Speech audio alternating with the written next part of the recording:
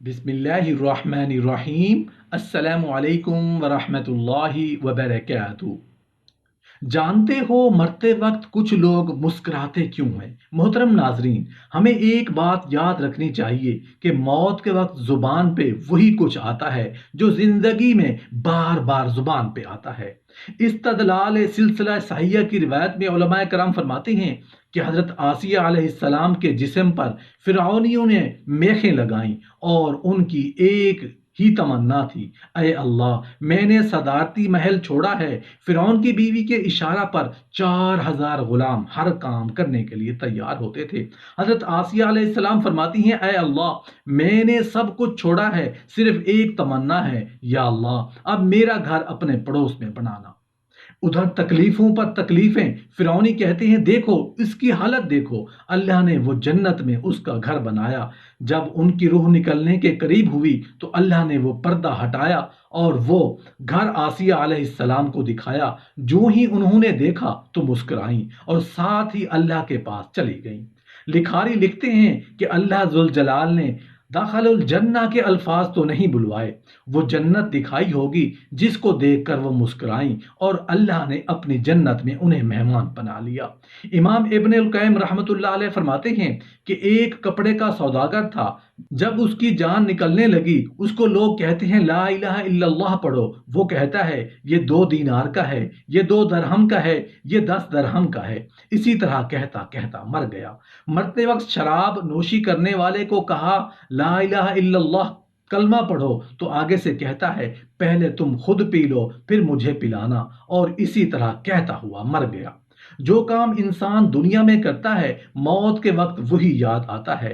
روایت ہے علقمہ رحمۃ اللہ علیہ سے کہ وہ اپنے بھتیجے کے پاس گئے جبکہ وہ موت کی حالت میں تھا، اس کی پیشانی سے پسینہ نکلتا تھا۔ علقمہ رحمۃ اللہ علیہ ہنسے۔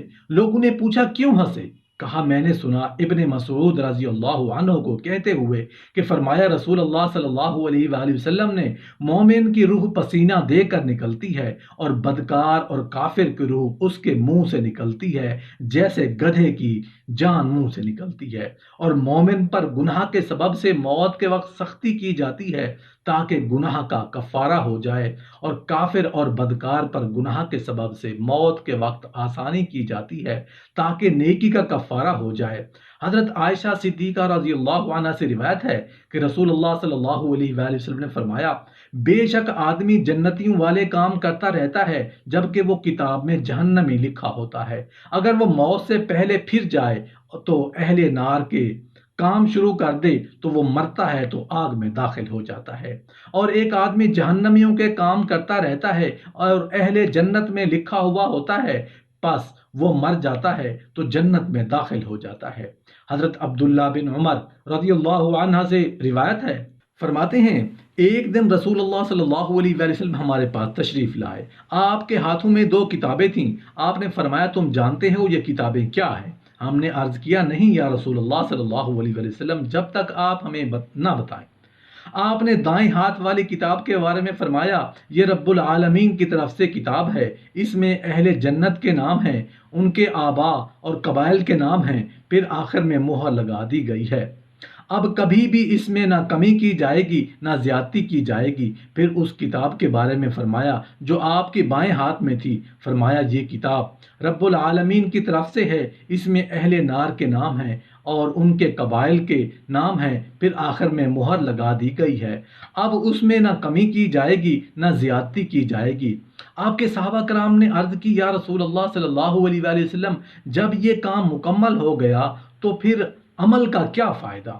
آپ نے فرمایا راہ راست پر رہو اور مبالغہ نہ کرو، بے شک جنتی کا خاتمہ جنتی والے عمل پر ہی ہوگا چاہے وہ کوئی بھی عمل کرے، اور جہنمی کا خاتمہ اہل جہنم کے عمل پر ہی ہوگا چاہے وہ کوئی بھی عمل کرے۔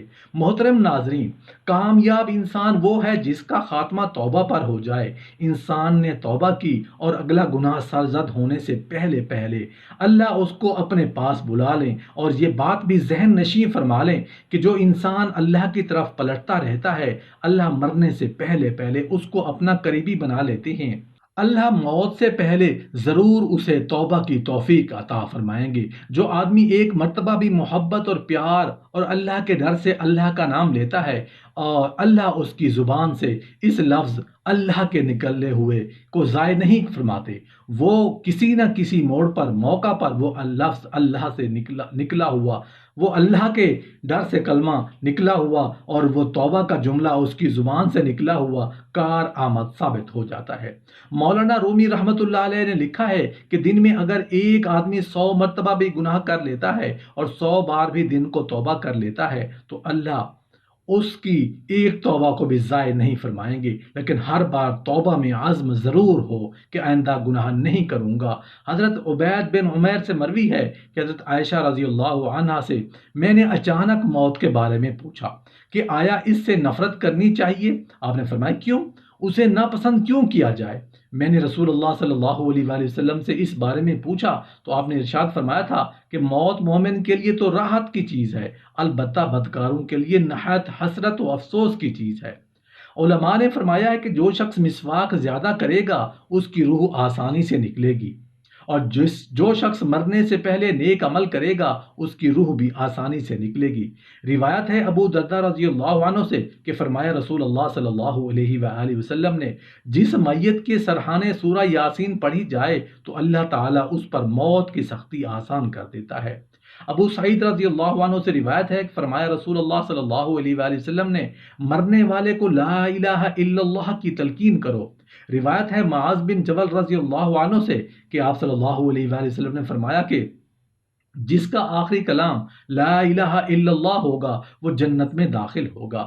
روایت ہے ابن عباس رضی اللہ عنہ سے کہ رسول اللہ صلی اللہ علیہ وآلہ وسلم نے فرمایا کہ بچہ جب بولنے لگے تو اس کو لا الہ الا اللہ سکھاؤ، اور جب کوئی مرنے لگے تو لا الہ الا اللہ سکھاؤ، کیونکہ جس کا آخر کلام اور اول کلام لا الہ الا اللہ ہوگا اگر وہ 1000 برس تک زندہ رہ کر مرے گا تو کسی گناہ کے بارے میں سوال نہیں کیا جائے گا۔ روایت ہے طلحہ اور عمر رضی اللہ عنہ سے کہ ہم نے سنا رسول اللہ صلی اللہ علیہ وآلہ وسلم کو فرماتے تھے کہ میں ایک ایسا کلمہ جانتا ہوں اگر مرنے والا اس کو کہے تو اس کی روح بدن سے نکلتے وقت آرام پائے گی، اور قیامت کے دن اس کے لیے نور ہوگا اور مرتے وقت کی سختی دور کرے گا اور اس کو وہ چیز دکھائے گا جس سے خوش ہو جائے گا، وہ کلمہ لا الہ الا اللہ ہے۔ حضرت عیسیٰ علیہ السلام کے حکم سے مردہ کو زندہ کرتے تھے۔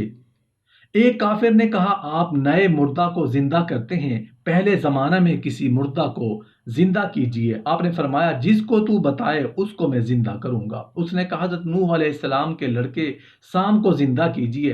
آپ نے اس کی قبر کے پاس جا کر 2 رکعت نماز پڑھی اور اللہ تعالیٰ سے دعا کی کہ اللہ نے اس کو زندہ کیا اور وہ قبر سے نکل کر کھڑا ہو گیا۔ اس کے سر اور داڑھی کے بال سفید تھے۔ لوگوں نے کہا تمہارے زمانے میں کسی کا بال سفید نہیں ہوتا تھا، تمہارے بال کس طرح سفید ہوئے؟ اس نے جواب دیا جب زندہ کرنے کے واسطے مجھے پکارا گیا تو میں نے سمجھا کہ قیامت آ گئی، اس خوف سے میرے بال سفید ہو گئے۔ لوگوں نے کہا تم کو مرے ہوئے کتنا زمانہ گزرا؟ اس نے کہا 4000 برس گزرے، لیکن موت کی سختی اب تک مجھ میں باقی ہے۔